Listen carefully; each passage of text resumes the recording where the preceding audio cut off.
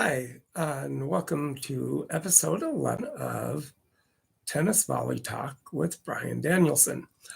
This week, I'm going to be continuing the interview that I had with my friend Cliff Price that owned the tennis shop in Tulsa, Oklahoma, that I had known for over 40 years.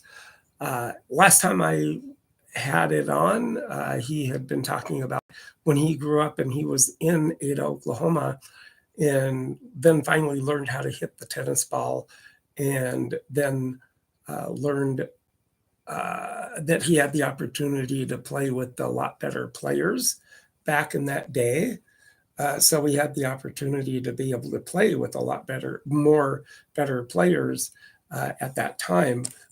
So I will be also showing you a few things that I've collected over the years. Tennis memorabilia, a little bit of that. And then with the racket of the day that you YouTubers can take a look at, and then subscribe to my channel and let me know what you want. And then also with you podcasters out there, you will then be able to see what I'm talking about with the racket of the day when I show you that, and the pictures that I show you on my tennis YouTube channel, Tennis Volley Talk. So let me get back to the interview, and then we'll take it from there. And then I will pause it and kind of let you know what I was thinking about it and what he was saying. So kind of get an idea of what it was like when I was growing up back in that day in the early 70s, late 70s, early 80s, whenever I started playing. So we'll get back to it, and let's get going. And here we go. Sure, absolutely. And then, with that, I mean, us growing up, I mean, you had that opportunity, and I'm sure because, going and being in the Tulsa Tribune tennis tournaments that you were in over at Tracy Park, which was at the time when you grew up until early 70s before Fortune came in and everybody, it was so centrally located, everybody kind of forgot about Tracy Park then. But that was such a popular place, I'm sure, because there was no trouble of getting any kind of player to play with at any particular time if you went up to those courts, because they were probably full all the time. Yeah, they were very popular, and of course the one thing I always tell a story about Tracy Park, it was right on a street called 11th Street, and across from Tracy Park was a cemetery. Okay. And so we were always afraid of bouncing an overhead into the cemetery because we didn't want to go get that ball. And I can understand. I mean, it's just like right there, but it's such a nice view that you have of the Tulsa skyline from Tracy Park, and just makes it so much nice, and everything. And so many years, as he had done it for so many years, the tournament director was Frank Ward, and he spent a lot of time on running tournaments, and they were so popular. In the very end of when I first started playing Tracy Park, I played Tracy Park tournament the first time when I was in 18 and unders, still in juniors, and then after I married my wife, who was from Tulsa, and I was still working for an oil company, I played all the adult tournaments there at Tracy Park, and they would have big draws. They'd have 64 draw men tournaments, and so it was always very popular. And then I moved away with the oil company for 3 years, from 70 to 73, to the Washington, D.C. area. And so they were still playing at Tracy Park then, and then when I came back, all the tournaments had moved in 19 Fortune was so centrally located Yeah. for everybody that's kind of why Tracy Park kind of got deserted in a way, because everybody went to La Fortune. And I remember Frank Ward running all those tournaments too. And back when I grew up, it was a lot of Dick Pinkowski was one of the big ones back when I grew up that was always in the tournaments and always played and got into the semis and finals and everything like that. But you have your guys that you played with that were good too. And amazing that you probably, with all the tournaments that you went to and that they had at Tracy, you saw a lot of even up and coming pro tennis players before they were pros too. Well, we saw some of that as I first started as an adult playing, though, Tracy Park after I had already graduated from college and was getting ready to leave the area, and so wasn't playing as much, but there were some very good tennis players coming up that I got to play against them. And then when I moved back, I just restarted, and that's what's so wonderful about tennis is you get back into the swing of things real quick. Oh, you really do. Now, with that, Tracy Park was one of the most premier tennis courts around the Tulsa area at that time, back in the late 50s, early 60s, 70s, up until like 71, when La Fortune Park then took over and built the courts there. And then that then became more of a centrally located within the Tulsa area that is really kind of an equal place that everybody can come to from around the Tulsa area. And with that in mind too, with a lot of the players that played there at Tracy Park, I had the opportunity, and I played doubles there one time, or a tennis tournament there with my doubles partner in Oklahoma, and Tulsa being as hot and humid as it was, and hardly any shade at all. You were like trying to find shade to be in at that time, because it would be close to 100 degrees out, and the court temperature would be at least 115, and you could feel it for sure. But with that too in mind, the picturesque view of what Tulsa skyline was, and then, like he was saying, right across the street from Tracy Park, there is a cemetery that nobody ever wanted to go in and get the ball that they hit over in the cemetery. But it was a very, very popular place at the time before they did open up La Fortune Park in 71. And then that's where they started doing the tournaments there, and grew in popularity, and it has grown over the years at La Fortune. And they've got now 3 indoor tennis courts.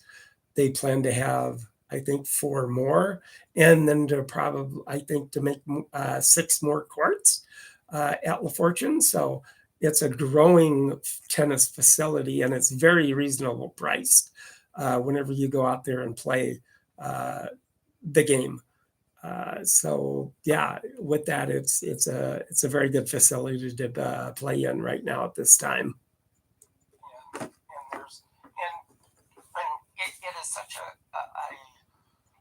sport of a lifetime. I was there like in October, and I got to play some doubles with some people that I knew, or I grew up with some people.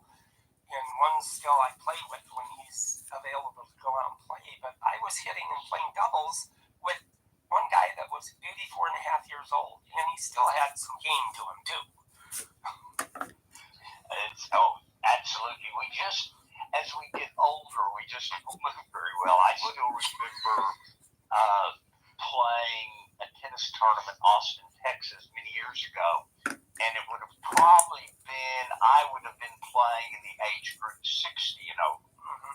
And of course now I'm almost 75. but I was watching at the sideline because in Austin they had some 70 and 75-year-old tournaments for players, and I watched them play, and I thought, boy, they hit the ball well. They just can't move. And that happens to all of us. But we still can hit the ball, and they're.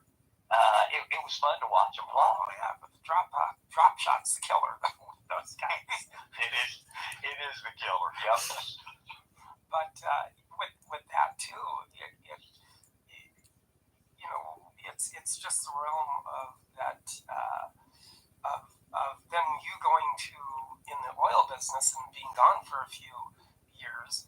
How did you actually then finally get to the idea of springing in your head to open a tennis shop back when you came back, or what did you was there somebody you met and then something like that it just kind of went to fruition with you, or? Well, in as I said, in 1970, moved to the Washington D.C. area, and in that first year, there was a tennis shop in downtown Northwest Washington D.C. First one I'd ever seen. I think it was called the Tennis Shop, and a very good tennis player. I think he was an All-American at the University of Arizona, named Fred Drilling, was the manager of the shop. And I got to know him. We started to play tennis, and I saw that shop, and it was very successful in Washington, D.C. In the Washington, D.C. tennis community, it was just thriving. Oh, yes. And there, they had a pro tournament there. I still remember watching Ken Rosewall and Rod Laver play an incredible match just before their famous Thanksgiving match where with WCT that was played nationwide. And I saw that match, and they had other people to play. And so that's where I saw my very first tennis shop.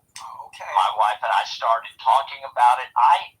Back from the time I was in high school, I strung tennis rackets so I could make money I strung tennis rackets for other people so I could make enough money to go to my own tennis tournaments. And so I then went on and strung tennis rackets for the OSU tennis team so that I could have a little extra spending money.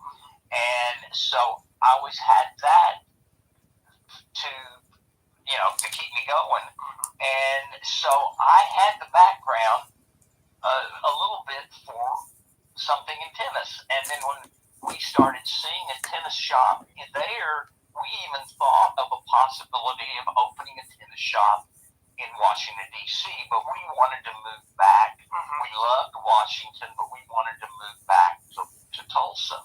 And I had a promotion back with the oil company back to Tulsa in 73, stayed with them 2 more years before we opened the store in March of 1975. But it was always in the background. And so we even got, so about that time, around 74, 75, tennis was starting to really boom. It was. And so I went with a person I worked with in my department the last 2 years with the oil company. I was doing college recruiting for the company. Okay. So I had a co-worker, and we were to go see a couple of sites of the oil companies. And one was in New Jersey, and so we went up. This would have been in January of 1975. Okay. We had already started trying to get with vendors to buy products in January, but we go up there, and they actually had I can't remember the hotel, but it was a famous old hotel. They had a tennis mime show one afternoon, and somehow I found out about it. So we drove in from New Jersey. We had a little extra time, and my coworker went to the bar, and I went to the tennis show, and they had all these different companies there. And of course, we didn't have cell phones back then, so I went to the payphone, and called my wife and started telling her about the Chris Everett, for example, tennis collection, and the Red Lion socks, and all these different things. And we found vendors at that, and so we just continued to expand. And by the time March started, we had a third bedroom in our house that was just stocked with tennis stuff, so we were ready to open. Wow. And with that, hence began the home shows that a lot of companies have, like the home and garden shows, the boat shows, the car shows. He just happened to come across the tennis vendor show out in kind of an open area, like a foyer of the hotel. And that's where he began to start talking to the vendors and saying he was going to be opening up a tennis shop, and then starting to get vendors that he could buy from and everything like that, which then, like he said, having it in a whole room, that they were ready to open up a tennis shop. With that, at that time, they just had to get into a building that they were in to start the tennis shop. That is, and that's kind of like the tennis home show that you were at, in a way. Yeah, the buying shows, you could see it, and we met vendors there, and we were always ones to go and look for new products. At first, when we opened, we would go twice a year to Dallas, which had tennis buying shows back then. Oh, sure. Then we started to go, by August of '75, we went to a first national tennis show, which is out in San Diego. And then by January, we were going to the famous Miami tennis show, which then developed into what was called the Super Show with 14 major sports in Atlanta. And so we were always going to buying shows. Oh, and that's probably the best way to even start something like that, because you in a sense, kind of in a sense, took it upon yourself when you saw this show and all that stuff, and like vendors that were in tennis and all that. You just took it upon yourself just to see, well, hey, I'm going to just tell them I'm a rep and I'm opening a shop and I need your name. Oh, we did that, and we met people and met friends over the years who stayed in the tennis business like we did. Of course, there are many. When we retired and closed our store June 30th of this past year, 2021, we had the store open for 46 plus years. So we were very fortunate. We had a wonderful time.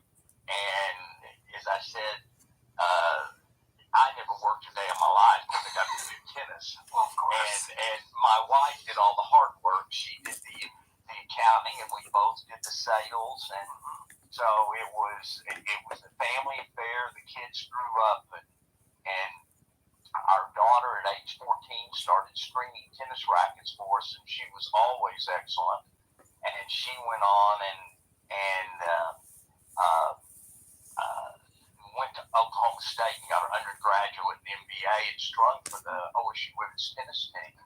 And then our son, of course, was part of us, and he worked some at the store, but he also went on to be, the top junior in the Missouri Valley in 18 and unders, and was a top ranked player in the country in 18 and unders, and then went on and was top 35 in the country in NCAA singles, and led his team to the University of Arkansas to the Sweet 16 at the NCAAs, where he played here in Tulsa.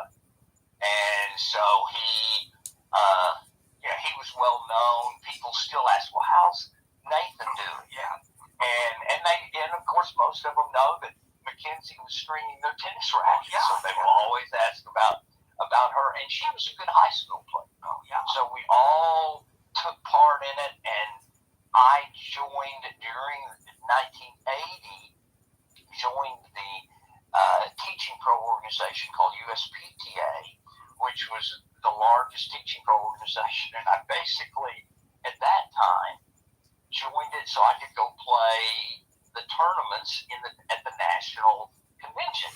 And of course, then later on, it turned out I really started to go to all the meetings and learn at seminars and learn how to teach tennis, because I started with my son, and when he became about 5, I started working with him. He started hitting tennis balls at 18 months. Oh my gosh! And so, I was throwing the ball into his racket, but he got hooked on it, and he was so serious and worked so hard. And so we would also use, they would have the conventions at nice resorts, and we would go and make it a family vacation. So we kind of combined business with pleasure. Well, And that's a good thing with combining the business with pleasure of what he did. But also the Oklahoma State University connection there with his daughter, stringing rackets for the women's tennis team or the men's tennis team too. Also, I happened to be there, and I went to Oklahoma State University, the tennis facility there, back in October when I was there last year.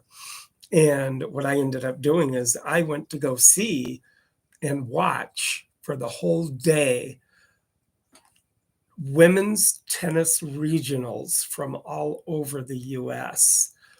So I got to watch from Texas to Tulsa to North Carolina to Minnesota, which I did happen to find the Minnesota team. And I happened to meet a few of the players and the coach at the Minnesota State Fair. And they remembered me. But I got to see some wonderful, beautiful tennis the whole day. Got there about 10:30 in the morning. I didn't leave until about 6:30 at night. So I had a wonderful day watching the tennis all day with that. And then plus with him, with Cliff, in his son Nathan, just grabbing a hold of tennis and learning it and being so dedicated to it at the time, it just made it so much better for him and grow. And just Cliff actually just really, I feel it, that he never really did work because tennis was what he loved, and that was not considered work for him either. And that's the best way. Business and pleasure, and the pleasure with the business that you're in anyway. That just made it doubly nice. Yeah. And the last thing, of course, we got to get the best products because we always saw the newest from different vendors, and we would get them first in Tulsa. So we always had kind of a step ahead of everybody. That's always a good thing too, because of the fact that you had that opportunity.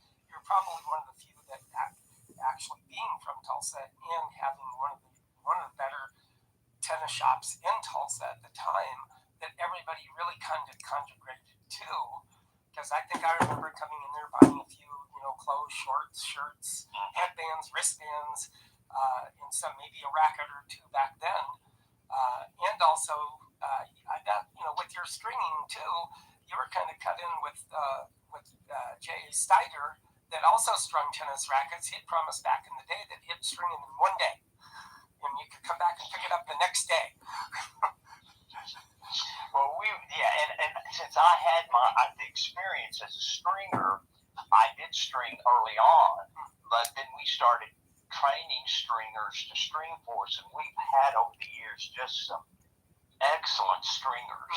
And our store, the first location was in a center called Southland Shopping Center at 41st and Yale. Yep, Tulsa.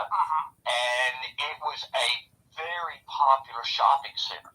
We were there for 10 years, and then the shopping center was going to be redeveloped, and they were going to design it into an indoor enclosed mall from kind of an outdoor mall, and we moved across the street into Highland Plaza Shopping Center, where we were for the next 36 years plus. That's just amazing in itself to have that successful kind of, but then by the same chance too is that you kind of made it happen too. Whenever you were deciding to open it, you just kind of stepped into and found and you saw the opportunity too to better that with what you did first by being at that show, to see those people, to start that. And then with that too, with the mention of the stringing of the rackets too, yes, Cliff and his daughter and his son even strung rackets to the day, but also there was a guy probably in his early to mid 70s at the time I was having rackets strung, J.H. Steiger, and he strung rackets with his son, and he had a little shop that he had the little building next to his house that was right in a little corner of like 31st or 21st and Yale in Tulsa at the time. Had a little tennis court on the that he played on too. But they promised to string a racket in one day, and you go pick it up the next day. And they had Stan Smith. No, they had the Fred Perry line of tennis shoes that they used to sell too. And then, of course, then when Cliff opened up, then it was kind of like a back and forth. Wherever you were in Tulsa, then did you want to go to Steiger, or did you want to go to Totally Tennis, which was the name of Cliff Price's tennis shop? With that too, Steiger actually lived to be 99 plus, so he probably made it to 100. My dad had gotten me a signed canvas cover at one time, but that later got taken. That's another story, but I'm not going to get into that. But with that too, that it was just so interesting and neat that was there too. So you had the combination of J.H. Steiger, or you had the Cliff Price at his tennis shop where he was. So you could go either way. And then, but Cliff with the tennis shop, you had more of an opportunity than to have then more opportunity to buy tennis rackets or clothes or shorts or headbands, wristbands, stuff like that. Then how it continued to happen is because I continued to start to play tennis and actually got better. And so I was getting free publicity for the store by playing in the tournaments, and both the Tulsa World and the Tulsa Tribune had they sponsored the two major tournaments in Tulsa every year. And so I'm doing well in those tournaments. My picture would be in the paper, articles about me would be in the paper. So it's free advertising. Well, of course, absolutely. And then we were very fortunate that through the years in I can't remember exactly when, about mid-90s, we were picked one of the top 3 tennis shops in the country. That is just by our Tennis Industry Trade magazine, which was kind of neat too. Oh yeah, absolutely. And I myself, because I've been able to, kind of in a sense, be able to see some tennis pros in my life too. I did see John Newcomb and it was Tony Roach, and we saw them in Muskogee one time in an exhibition. And I've also had the opportunity whenever World Team Tennis came through Tulsa to be able to see Chris Evert. And of all people who showed up at the World Team Tennis was Bobby Riggs. So I had the opportunity to see and take a picture of Bobby Riggs in his sugar daddy coat. So. Well, I was very fortunate as I was the number one player. The first year I became the number one player in Oklahoma, and that would have been somewhere around 1978, 79, 80 area. I played in an exhibition with John Newcomb and Vita Scarolitis in Oklahoma City at the Myriad with the other best tennis player in the state named Colin Robertson. And we played in an exhibition. We played the doubles. I played with Vita Scarolitis, and Colin being from Australia played with John Newcomb. Yes. And so we got to do that. So yes, and I know the first time I remember meeting you was about the time the Bank of Oklahoma tournaments were in the height of their popularity, where they had all the top pros. And so us locals would get to play in the qualifying, and we'd never make it. Yeah. But finally, in 1980, I played doubles in the Bank of Oklahoma and reached the quarterfinals of the doubles with a partner from California.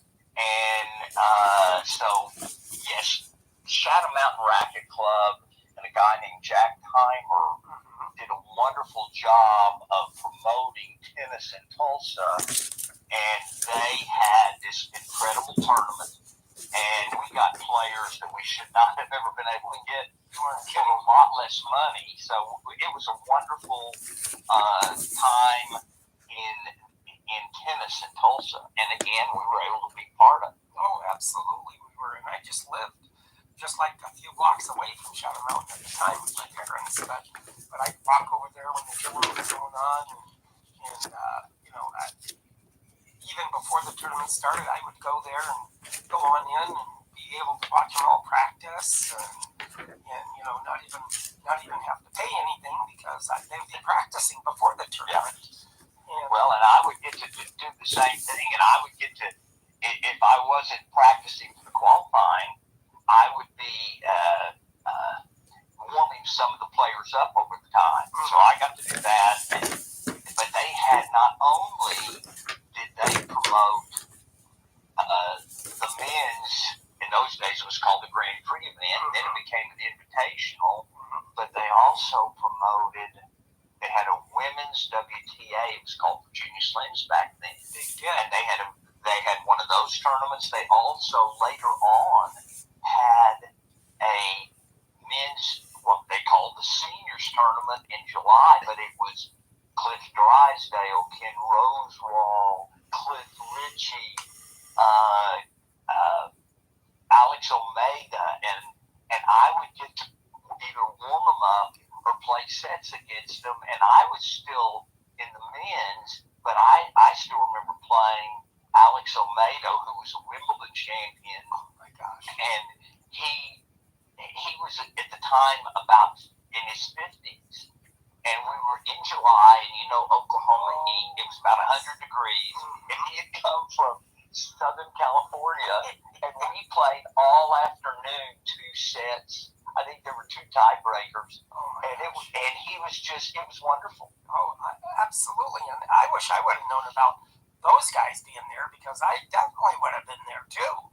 But I didn't hear about the seniors part of it. But it was probably not as promoted, but it was wonderful, and I still remember warming. Cliff Ritchie made it to the finals against Cliff Drysdale, and I warmed him up, and he just was he talked. I was kind of interested to hear him talk, and I warmed him up, and so before the finals. So yeah, it was fun. Oh, I'm sure it was. Just to be able to have the opportunity to see those people. I mean, I actually, having the opportunity to see Jimmy Connors when he played Amos Mansdorf, that he lost to Amos Mansdorf in one of the finals. I remember that year. And the last 2 years Jimmy was at the tournament, we started stringing his tennis racket. Oh my gosh, the T2000. So So yeah, it was the old T2000. That is correct. Oh my And goodness. it was, of course, we hated to string, and he strung it with 17 gauge guns. Oh my And gosh. of course, we strung for him, and I can even tell you, we strung his rackets at 59 pounds. Oh my goodness. And the first time we strung, he gave us a string tension, and it was too tight. And so I think we strung the first one at 59, and then we dropped it back down. And this tournament would have been in the spring, and so we would string them for him. And then at that time, he had people with him, so we never had any contact. But the second year he came here, we would then still string his racket, always the same tension.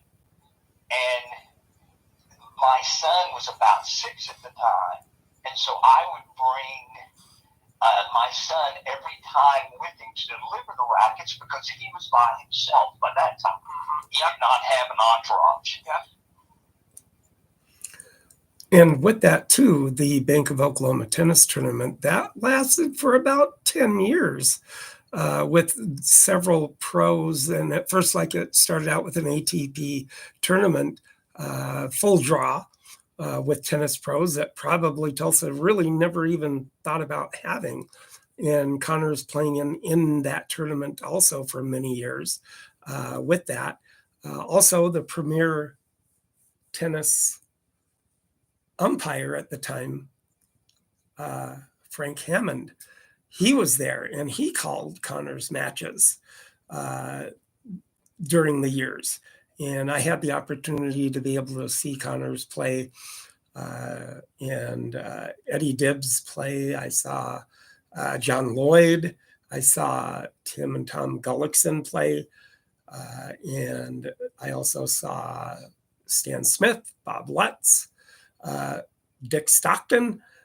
So many of the players back in the day, in the 70s, I had the opportunity to see. But with Cliff, he was able, because of the fact that he was a little bit more being able to hit with them and keep up with them. So he was the one able to warm them up and hit with them. So that must have been an experience in itself. That I would have really liked that too. But the Bank of Oklahoma tennis tournament was a very good tournament to be able to go see and have in Tulsa at the time that they had that tournament. And so he was very businesslike with me, which was fine. But he took time with Nathan and would talk to him and visit with him, and we'd bring him his rackets in the Shadow Mountain locker room. And it was just, and so much, of course, it meant a lot to Nathan because he knew who Jimmy Connors was. So, again, it was kind of fun. And so, yeah, we got to really be a part of it. Oh, yeah, absolutely. And with that, interesting enough, I mean, seeing Jimmy and everything and being around and being able to kind of be there before they started the tournament. So I was and you knew me back then too, and going to these things, I just kind of had the boldness just to, well, okay, I'm going to give it a try. If nobody, if there's nothing that I have to pay, and I'm going to go see these guys, I'll go see them too. And I went in when they were practicing, I just walked right in through Shadow Mountain and walked onto the court and watched these guys practice. And I got to see Patty Connors when she was pregnant with Brett. Yeah, and that's another thing. I just want to let you know, all you YouTubers, if you want to go and see this, you're going to be able to see this on the YouTube, and just be sure and like and subscribe. And then also you podcasters out there, if you want to see what I'm talking about and look at and see this, go to my YouTube channel, Tennis Volley Talk, and you'll be able to see what I'm talking about and see me And then like and subscribe if you want to do that too. And then, yes, I did. I was able to see, and I think I probably have a picture of Patty Connors uh, when she was pregnant with Brett, his oldest son, uh, too. And but that was fun in itself, being able to be that up close to those players like I was, to be able to see that happening when I was able to. When she was there. And I also, one of the premier chair umpires, Frank Hammond, called those matches too. I have his autograph too. Oh, he was very good. I remember when he came. Absolutely. And I have his autograph. And also, let's see, Tom Gorman's autograph. I have his autograph too. And then a lot of pictures over the VOK. I have pictures from the VOK tournament for 10 years that I've taken over the years. And, various few tennis can collection that I have too. I have a white pen tennis ball that still has the little ink on pen tennis ball on it. And then I also have an unopened can of the pure orange pin tennis balls. An unopened can yet. So that'll stay unopened. Well, I still have some unopened cans of different tennis balls and some 100th anniversary Wilson tennis ball cans that, well, of course, we've never opened, but they were the old metal cans. Oh, yeah. I don't even know if you remember the metal cans. Oh, yeah, with the little key on the bottom that you kind of that's twist right. it off. I do remember those so well. Yeah, I do. And now, the other thing, have you ever played on grass tennis courts yourself? I haven't played a lot, but I've hit on several times, and then my son Nathan and I were ranked in 2012 number one in the country in senior father and son doubles, and we played the grass court senior father and son doubles, and I got to play there. But more importantly, at the time, my son Nathan worked in the tennis industry for close to 10 years. He worked the first 2 years with Prince, and then the next few years with Wilson. And with Prince, he was the global product manager for all their accessories, their strings, and all that sort of thing. And so he had a connection at Westside Tennis Club where Forest Hills was played. Oh, my goodness. And at the Westside Tennis Club, I believe it was called. And so the tournament was up just about 45 minutes north of the U.S. Open. At the same time, the U.S. Open was going on. Oh, my goodness. So in 2012, we first practiced 2 days at Forest Hills. Oh, my goodness. That must have been And so we played, and then we went up and played, and it was interesting to see. We get to this old club in the middle of nowhere, what it looked to be, but it was very rich New York area. Oh, I'm sure. And they had 16 grass courts. Oh, my goodness.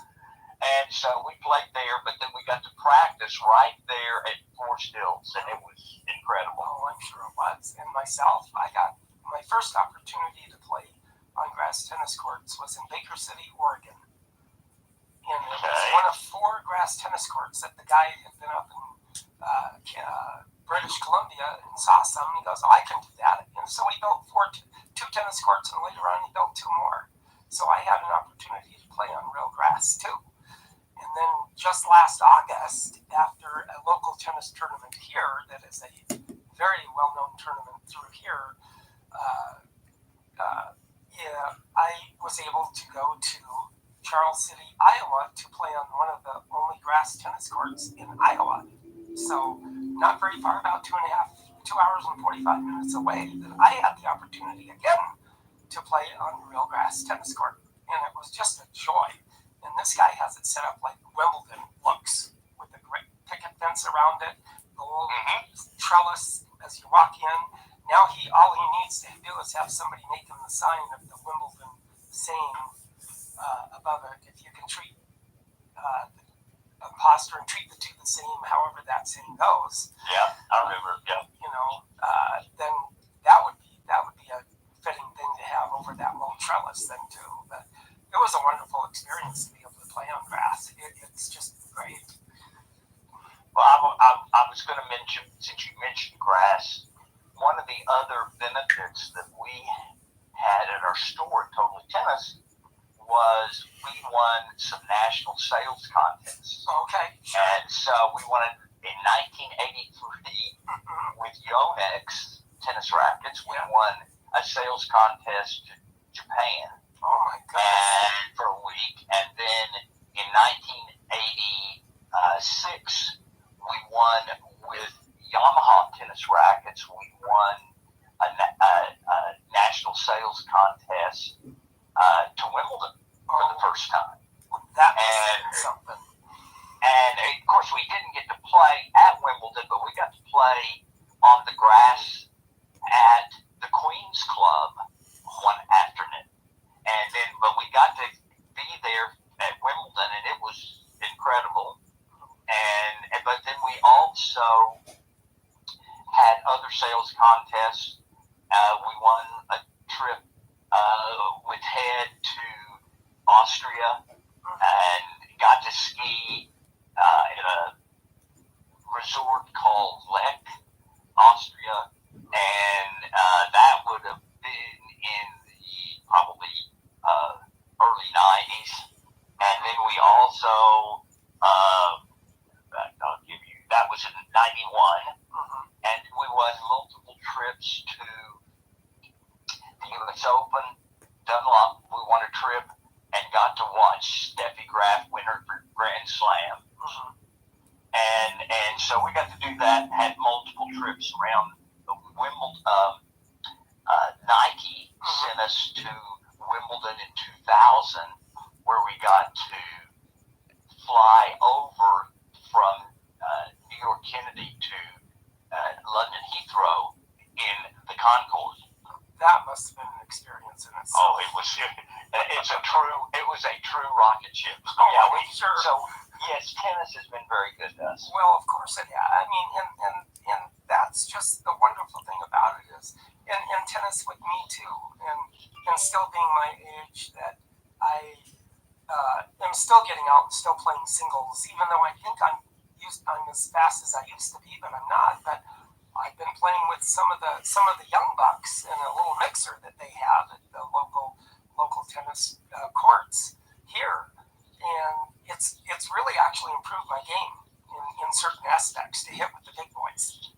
Getting the hand-eye coordination better and being able to hit with those guys too.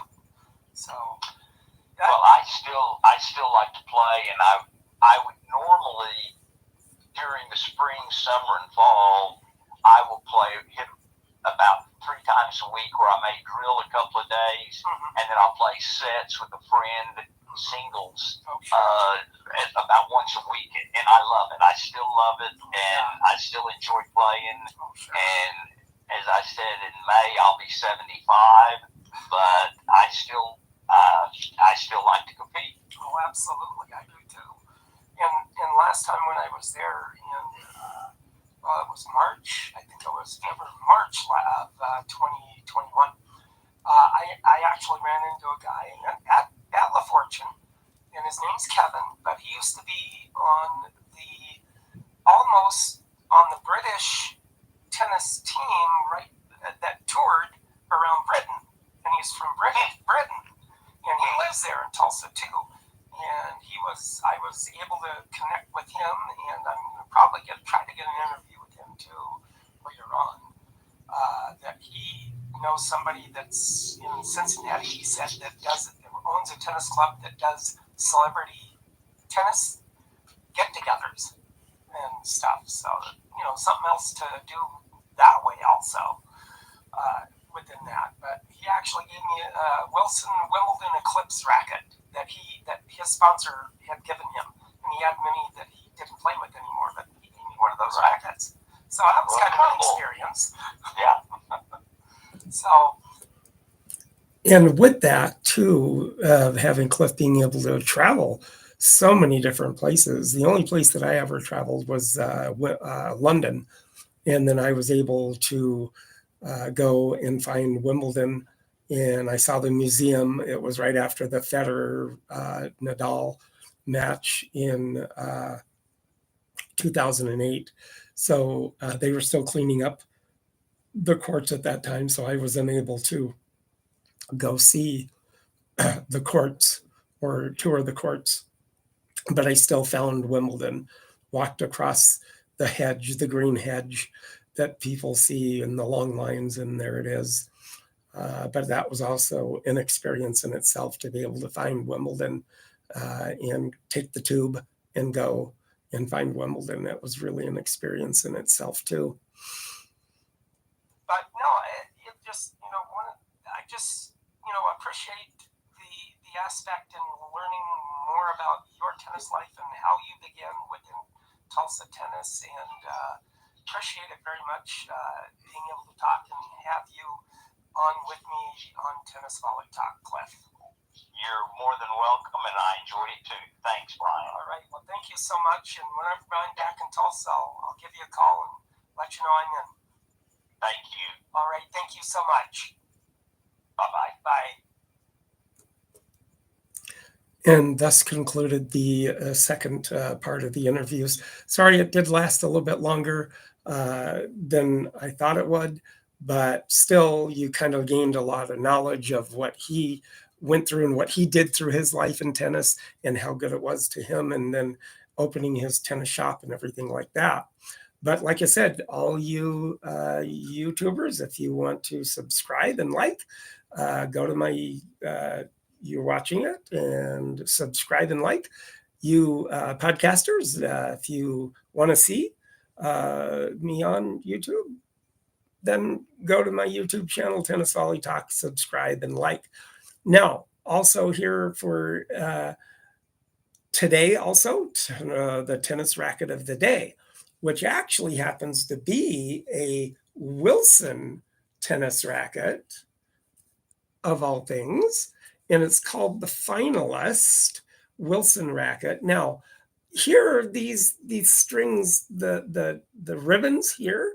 You can tell that they're an older racket. It's a wood racket, and the ribbons here, it tends to be an older racket. Now, the other only thing too is that you can tell with that brass screw in the throat of the racket, that is tending to be a racket that is probably in the kind of late 30s to the early 40s to mid 40s that they had that in the rackets.